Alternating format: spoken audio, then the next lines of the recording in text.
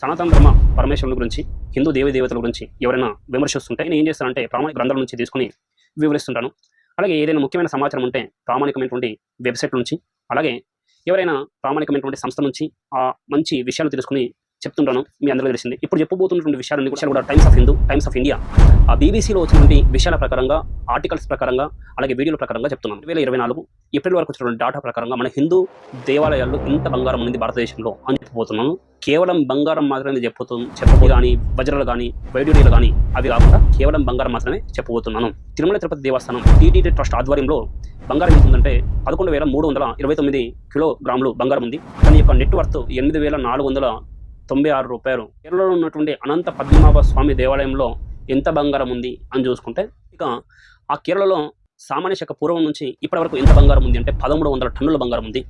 ఇక ఒడిశా పూరి జగన్నాథ్ స్వామి వారి యొక్క రత్నభండాగారులో ఎంత బంగారం ఉంది అని చెప్పేసి చూసుకుంటే 1978 లెక్కల ప్రకారంగా చూసుకుంటే 128 కిలోల బంగారం ఉన్నది. ఇక మన తెలంగాణకు వస్తే వేములవాడలో 97 కేజీల బంగారం ఉన్నది. భద్రాచలంలో 67 కేజీల బంగారం ఉంది. ఇక యాదగిరిగుట్టలో 61 కేజీల బంగారం ఉంది. తర్వాత మన ఆంధ్రప్రదేశ్కి వెళ్ళి చూస్తే మరి ఇంకొక ఫేమస్ దేవాలయం చూస్తే విజయవాడ కనకదుర్గమ్మ దేవాలయం ఉంటుంది. అక్కడ 100 కేజీల బంగారం ఉంటుంది. ఇక ఉత్తరప్రదేశ్ బాలరామ మందిరం గురించి చూసుకుంటే ఉత్తరప్రదేశ్లో అయోధ్య బాలరామ మందిరం గురించి చూసుకుంటే అక్కడ 15 కేజీల బంగారం ఉంది. బాలరాముని యొక్క విగ్రహంలో ఉన్నటువంటి 101 కేజీల బంగారం కాకుండా ఆలయంలో ఉన్నటువంటి బంగారం ఏంటంటే 15 కేజీలు. ఇక కాశీలో 60 కేజీల బంగారం ఉన్నది.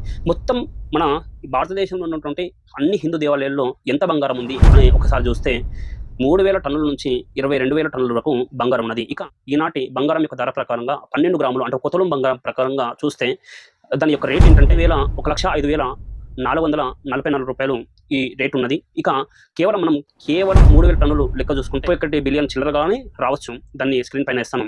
ఇంత బంగారం మన హిందూ దేవాలయాల్లో ఉన్నది. ప్రభుత్వం దేవాలయ శాఖ నుంచి ఎంత డబ్బు ఖర్చు చేస్తుంది, ఎంత బంగారం తీసుకుంటుంది అని చెప్పేసి మనం చెప్పలేం. మనం అప్పుడప్పుడు వార్తలు వింటుంటాం, తిరుమల తిరుపతి దేవస్థానంలో పింక్ వజ్రం మిస్ అయింది అని చెప్పేసి చాలా విషయాలు ఉంటుంటాం. ఇటువంటి చూస్తున్నప్పుడు కొంచెం ఆందోళన కలుగుతుంది. మన దేవాలయాల్లో ఉన్న సంపదను ఎంత దోచుకుంటున్నారో అని. మీరు దీనికి పరిష్కారం ఏమని అనుకుంటున్నారో కింద కామెంట్ చేయండి.